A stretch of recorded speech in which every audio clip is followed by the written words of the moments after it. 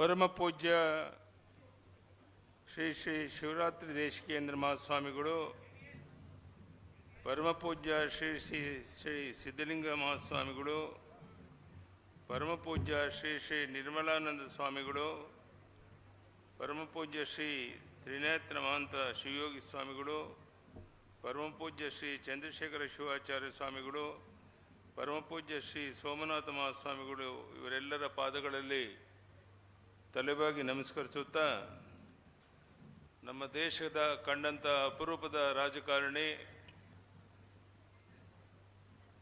ಬಹುಶಃ ಸ್ವತಂತ್ರ ಭಾರತ ಇತಿಹಾಸದಲ್ಲಿ ಸುವರ್ಣಾಕ್ಷರದಲ್ಲಿ ಬರೆದಿಡಬೇಕಂದಂಥ ಮಹಾನ್ ವ್ಯಕ್ತಿ ನಮ್ಮ ಪ್ರಧಾನಿ, ಮಾಜಿ ಪ್ರಧಾನಿ ಸನ್ಮಾನ್ಯ ದೇವೇಗೌಡರು ಇಲ್ಲಿ ಬಂದಿರುವಂಥದ್ದು ಈ ಒಂದು ಕಾರ್ಯಕ್ರಮಕ್ಕೆ ಒಂದು ದೊಡ್ಡ ಕೊಳೆಯನ್ನು ಕೊಟ್ಟಿದೆ. ಅವರಿಗೆ ನಾನು ಅಭಿನಂದನೆಯನ್ನು ತಲೆಬಾಗಿ ನಮಸ್ಕರಿಸುತ್ತಾ, ಸನ್ಮಾನ್ಯ ಶ್ರೀ ಸಿ ಎಸ್ ಪುಟ್ಟರಾಜು ಅವರೇ, ಮಾನ್ಯ ಜಿ ಟಿ ದೇವೇಗೌಡರೇ, ಮಾನ್ಯ ರುದ್ರೇಶ್ ಅವರೇ, ಮಾನ್ಯ ಸಚ್ಚಿದಾನಂದ್ ಅವರೇ, ಶ್ರೀ ಅರವಿಂದ್ ಅವರೇ, ಉಳಿದೆಲ್ಲ ಮುಖಂಡರುಗಳೇ,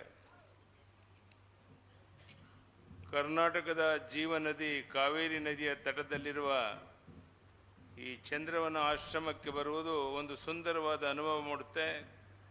ಈ ಸುಕ್ಷೇತ್ರದಲ್ಲಿ ಶ್ರೀ ಮರಿದೇವರು ಶಿವಯೋಗಿ ಮಹಾಸ್ವಾಮಿಗಳವರು 130ನೇ ಜಯಂತಿ ಹಾಗೂ ಶ್ರೀ ತಿನೇಂದ್ರ ಮಹಂತ ಶಿವಯೋಗಿ ಮಹಾಸ್ವಾಮಿಗಳ 25ನೇ ವರ್ಷದ ಪಟ್ಟಾಧಿಕಾರದ ಅಂಗವಾಗಿ ಕಾರ್ಯಕ್ರಮದಲ್ಲಿ ಭಾಗವಹಿಸುತ್ತಿರುವುದಕ್ಕೆ ಅತ್ಯಂತ ಸಂತೋಷ ಆಗುತ್ತೆ. ಪೂಜ್ಯರಾದಂಥ ಶ್ರೀ ಶ್ರೀ ಶಿವರಾತ್ರಿ ದೇಶಿಕೇಂದ್ರ ಮಹಾಸ್ವಾಮಿಗಳು, ಶ್ರೀ ಶ್ರೀ ನಿರ್ಮಲಾನಂದ ಮಹಾಸ್ವಾಮಿಗಳು ಹಾಗೂ ಶ್ರೀ ಶ್ರೀ ಸಿದ್ಧಲಿಂಗ ಮಹಾಸ್ವಾಮಿಗಳು ಈ ದರ್ಶನ ಪಡೆಯಲು ವೇದಿಕೆಯಲ್ಲಿ ಕಲ್ಪಿಸಿದ ಶ್ರೀ ತಿನೇಂದ್ರ ಮಹಂತ ಶಿವಯೋಗಿ ಸ್ವಾಮಿಗಳಿಗೆ ಧನ್ಯವಾದಗಳನ್ನು ಅರ್ಪಿಸ್ತೇನೆ. ಶ್ರೀಗಳ ಆಶ್ರಯದಂತೆ ಇಂದು ಮಾಜಿ ಪ್ರಧಾನಿಗಳಾದಂಥ ಮಾನ್ಯ ಎಸ್ ಟಿ ದೇವೇಗೌಡರು ಆಯುರ್ವೇದ ಕಾಲೇಜು ಹಾಗೂ ಧ್ಯಾನ ಮಂದಿರವನ್ನು ಉದ್ಘಾಟಿಸಿದ್ದಾರೆ. ಹಾಗೆಯೇ ಮಂಡ್ಯ ಜಿಲ್ಲೆ ಇತಿಹಾಸದಲ್ಲಿ ಇದೊಂದು ಐತಿಹಾಸಿಕ ದಿನ ಎಂದು ಹೇಳಬಹುದು. ಮಂಡ್ಯ ಜಿಲ್ಲೆಯಲ್ಲೇ ಹುಟ್ಟಿ ಬೆಳೆದ ನಾನು ಹಾಗೂ ಮಂಡ್ಯ ಜಿಲ್ಲೆಯಲ್ಲೇ ಪ್ರಸ್ತುತ ಜಿಲ್ಲೆಗಳಿಗಿಂತ ಹೆಚ್ಚು ಪ್ರೀತಿಸಿದ್ದ ಶ್ರೀ ಎಚ್ ಡಿ ದೇವೇಗೌಡರವರು ಒಂದೇ ವೇದಿಕೆಯಲ್ಲಿ ಇರುವಂಥದ್ದು ಬಹುಶಃ ಇದೇ ಮೊದಲಿರಬೇಕು. ಈ ಕಾರಣಕ್ಕಾಗಿ ಕೂಡ ನಾನು ಶ್ರೀಗಳಿಗೆ ಆಭಾರಿಯಾಗಿದ್ದೇನೆ. ಮಾನ್ಯ ಎಸ್ ಎಂ ಕೃಷ್ಣ ಅವರು ಅನಿವಾರ್ಯ ಕಾರಣದಿಂದ ಈ ಕಾರ್ಯಕ್ರಮಕ್ಕೆ ಬರೋಕ್ಕಾಗಿಲ್ಲ, ಯಾರು ಅನ್ಯತಾ ಭಾವಿಸಬಾರ್ದು ಅಂತ ತಿಳಿಸಿದ್ದಾರೆ. ನಾವು ಮುಖ್ಯಮಂತ್ರಿಗಳಾದ ಅವಧಿಯಲ್ಲಿ 3 ಜನ ಮಂಡ್ಯ ಜಿಲ್ಲೆಯ ಅಭಿವೃದ್ಧಿಗಾಗಿ ಸಾಕಷ್ಟು ಪ್ರಯತ್ನಗಳನ್ನು ಮಾಡಿದ್ದೇವೆ. ಅನೇಕ ಯೋಜನೆಗಳನ್ನು ಜಾರಿಗೆ ತಂದಿದ್ದೇವೆ. ಕಾವೇರಿ ನೀರಿನ ವಿಚಾರದಲ್ಲಿ ತಮ್ಮ ಪ್ರಯತ್ನಗಳಲ್ಲಿ ಯಾವುದೇ ರಾಜಿ ಇರಲಿಲ್ಲ ಎಂದು ಶ್ರೀಗಳ ಉಪಸ್ಥಿತಿಯಲ್ಲಿ ಹೇಳಬಯಸುತ್ತೇನೆ. ಮುಂದಿನ ದಿನಗಳಲ್ಲಿ ಕೂಡ ಮಂಡ್ಯ ಜಿಲ್ಲೆಯ ಅಭಿವೃದ್ಧಿಗಾಗಿ ನಮ್ಮ ಪ್ರಯತ್ನವನ್ನು ಮುಂದುವರಿಸುತ್ತೇವೆ ಅಂತ ಈ ಸಂದರ್ಭದಲ್ಲಿ ಹೇಳ್ತಾ, ಇವತ್ತು ನಮ್ಮ ಚಂದ್ರವನ ಆಶ್ರಮದ ಇತಿಹಾಸ ತಮ್ಮೆಲ್ಲರಿಗೂ ತಿಳಿದಿದೆ. ಇಲ್ಲಿ ಶ್ರೀಗಳ ಮಾರ್ಗದರ್ಶನದಲ್ಲಿ ಕಳೆದ ಕೆಲವು ವರ್ಷಗಳಿಂದ ಅನೇಕ ಅಭಿವೃದ್ಧಿ ಕಾರ್ಯಕ್ರಮಗಳನ್ನು ಆರಂಭಿಸಲಾಗಿದೆ. ಇಲ್ಲಿ ಯೋಗ ಕೇಂದ್ರ, ಸಂಸ್ಕೃತ, ವೇದ, ಆಗಮಶಾಸ್ತ್ರ ಹಾಗೂ ಜ್ಯೋತಿಷ್ಯ ಶಾಸ್ತ್ರ ಕೇಂದ್ರಗಳ ಮೂಲಕ ಇಂದು ಚಂದ್ರವನ ಆಶ್ರಮ ಅಂತಾರಾಷ್ಟ್ರೀಯ ಮಟ್ಟಕ್ಕೆ ಗುರುತಿಸಲ್ಪಟ್ಟಿದೆ.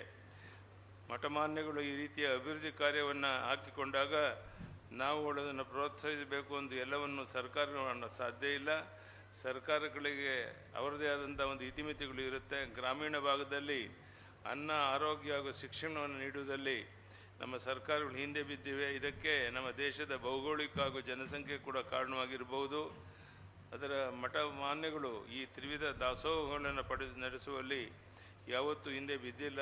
ಇವುಗಳ ಇತಿಮಿತಿಯಲ್ಲಿ ಗ್ರಾಮೀಣ ಭಾಗದಲ್ಲಿ ತಮ್ಮದೇ ಆದ ಒಂದು ಕೊಡುಗೆಗಳನ್ನ ನೀಡ್ತಾ ಇದೆ. ಈ ಕಾರಣಗಳನ್ನು ಗಮನಿಸಿ ನಾನು ಮುಖ್ಯಮಂತ್ರಿ ಆದ ನಂತರ ಮಠಮಾನ್ಯಗಳಿಗೆ ಹಾಗೂ ಸಂಸ್ಥೆಗಳಿಗೆ ಅನುದಾನ ನೀಡುವ ಮೂಲಕ ಅವಳ ಕಾರ್ಯಕ್ರಮಕ್ಕೆ ಪ್ರೋತ್ಸಾಹ ನೀಡಿದ ಸಮಾಧಾನ ನನಗಿದೆ. ಶ್ರದ್ಧಾ ಕೇಂದ್ರಗಳಿಗೆ ನೀಡುವ ಅನುದಾನ ಯಾವತ್ತೂ ಹೊರೆಯಲ್ಲ. ಇದರಿಂದ ಮುಂದಿನ ದಿನಗಳಲ್ಲಿ ಪ್ರವಾಸೋದ್ಯಮ ಬೆಳವಣಿಗೆಗೆ ಕಾರಣ ಆಗುತ್ತೆ ಹಾಗೂ ಪರೋಕ್ಷವಾಗಿ ಅಥವಾ ಅಪರೋಕ್ಷವಾಗಿ ಉದ್ಯೋಗ ನೀಡುತ್ತವೆ ಹಾಗೂ ಇಲ್ಲಿ ನಡೆಯುವ ವಾಣಿಜ್ಯ ಚಟುವಟಿಕೆಗಳ ಮೂಲಕ ಮತ್ತು ಸರ್ಕಾರದ ಖಜಾನೆಗೆ ಹಣ ಬರುತ್ತೆ. ಮಠಮಾನ್ಯಗಳು ನಡೆಸುವ ಆಧ್ಯಾತ್ಮಿಕ ಚಟುವಟಿಕೆಗಳ ಮೂಲಕ ಭಾರತ ಇಂದು ಆಧ್ಯಾತ್ಮಿಕವಾಗಿ ವಿಶ್ವಗುರುವಿನ ಸ್ಥಾನ ಪಡೆಯುವಲ್ಲಿ ಯಶಸ್ವಿಯಾಗಿದೆ.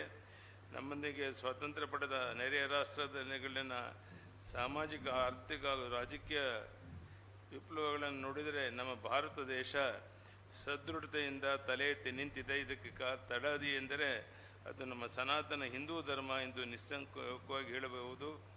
ಈ ವೇದಿಕೆಯನ್ನು ರಾಜಕಾರಣಕ್ಕೆ ಬೆಳಕ ಇಚ್ಛೆ ಪಡಲ್ಲ ನಾನು, ಆದರೆ ಒಂದು ಮಾತು ಹೇಳಬಯಸುತ್ತೇನೆ. ಧರ್ಮದಲ್ಲಿ ರಾಜಕಾರಣ ಮಾಡಬಾರದು ಎಂದು ಹೇಳ್ತಾರೆ, ಅದು ನಿಜ. ಆದರೆ ರಾಜಕಾರಣದಲ್ಲಿ ಧರ್ಮ ಇರಬೇಕು ಅನ್ನೋದು ಅಷ್ಟೇ ಮುಖ್ಯ. ಉದಾಹರಣೆಗೆ ಸಂತರಾಗಿದ್ದ ನಮ್ಮ ಯೋಗಿ ಆದಿತ್ಯಾನಂದ್ ಅವರ ಧರ್ಮ ರಾಜಕಾರಣದಿಂದಾಗಿ ಅಭಿವೃದ್ಧಿಯಲ್ಲಿ ಹಿಂದುಳಿದ ಉತ್ತರ ಪ್ರದೇಶ ಅಭಿವೃದ್ಧಿ ಪಥದಲ್ಲಿ ಮುನ್ನಡೆದಿದೆ. ಅಶಾಂತಿ, ಕೋಮುಗಲಭೆ ಹಾಗೂ ಗೂಂಡಾ ರಾಜ್ಯ ಸಂಸ್ಕೃತಿಯನ್ನು ಹೊಡೆದುಹಾಕಿ ಇಂದು ಶಾಂತಿಯುತ ಮುಖ ಮಾಡುವಂಥ ಮಾಡಿದ್ದಾರೆ. ದೇಶಕ್ಕಾಗಿ ಸರ್ವನ್ನೂ ತ್ಯಾಗ ಮಾಡಿದ ನಮ್ಮ ಹೆಮ್ಮೆಯ ಪ್ರಧಾನಿ ನರೇಂದ್ರ ಮೋದಿಜಿಯವರು ಎಲ್ಲ ಸಂತರಿಂದಲೂ ಒಂದು ಹೆಜ್ಜೆ ಮುಂದೆ ಹೋಗಿ ಇಡೀ ವಿಶ್ವಕ್ಕೆ ಯೋಗವನ್ನು ಪರಿಚಯ ಮಾಡಿಸಿಕೊಟ್ಟಿದ್ದಾರೆ. ವಿಶ್ವಸಂಸ್ಥೆಯ ಮೂಲಕ ಜೂನ್ 21 ವಿಶ್ವ ಯೋಗ ದಿನವನ್ನಾಗಿ ಆಚರಣೆ ಮಾಡುವಂತೆ ಮಾಡಿದ್ದಾರೆ. ಇಡೀ ವಿಶ್ವ ನಮ್ಮತ್ತ ತಿರುಗಿ ನೋಡುವಂತೆ ಅಭಿವೃದ್ಧಿ ಪಥದಲ್ಲಿ ಮುನ್ನಡೆಸುತ್ತಿದ್ದಾರೆ ಎಂದು ಹೇಳುತ್ತಾ ನನ್ನ ಮಾತನ್ನು ಮುಗಿಸ್ತೇನೆ. ಧನ್ಯವಾದಗಳು. ನಮಸ್ಕಾರ.